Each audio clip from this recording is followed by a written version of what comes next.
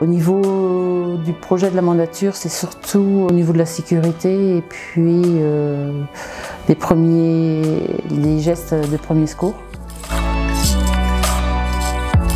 En sujet d'activité, il y a les zones de non-traitement avec des distances entre les voisins de 3 mètres, ou 5 mètres, ou 10 mètres, ou 20 mètres suivant les exploitations.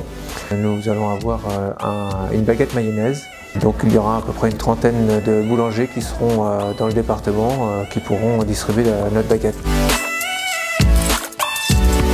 L'objectif des prochaines années est de reprendre les formations locales avec nos différents membres de la section.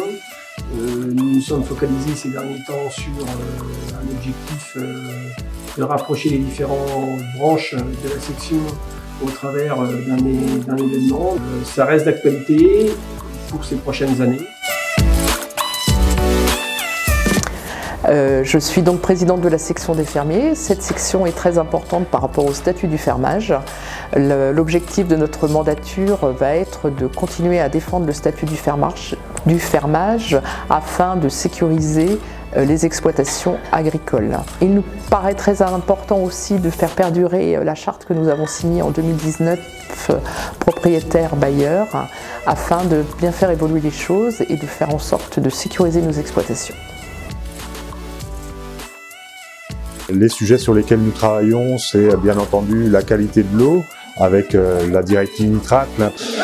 Nous travaillons aussi actuellement sur les phytosanitaires avec tout l'enjeu autour des zones de non-traitement et les relations qui nous animent, les relations avec nos voisinages, nos riverains dans la pratique, les pratiques phytosanitaires au quotidien sur nos exploitations. Un sujet important et majeur qui va entrer en ligne de compte et qui prend de l'importance, ce sont les émissions de gaz à effet de serre, la qualité de l'air, avec toutes les stratégies bas carbone que l'on peut mettre en œuvre sur nos exploitations.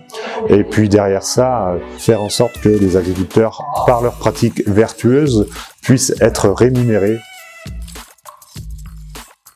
Le projet, c'est bien sûr d'avancer sur le dossier des retraites. Enfin, nous nous battons surtout pour les actifs, puisque les retraités ne sont pas concernés par la réforme.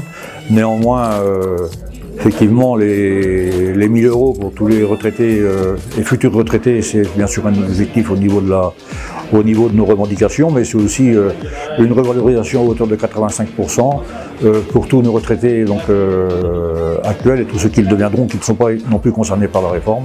C'est notre bagarre au quotidien. Au niveau de la section, donc nous avons une section qui est quand même assez conséquente, entre 700 et 800 adhérents.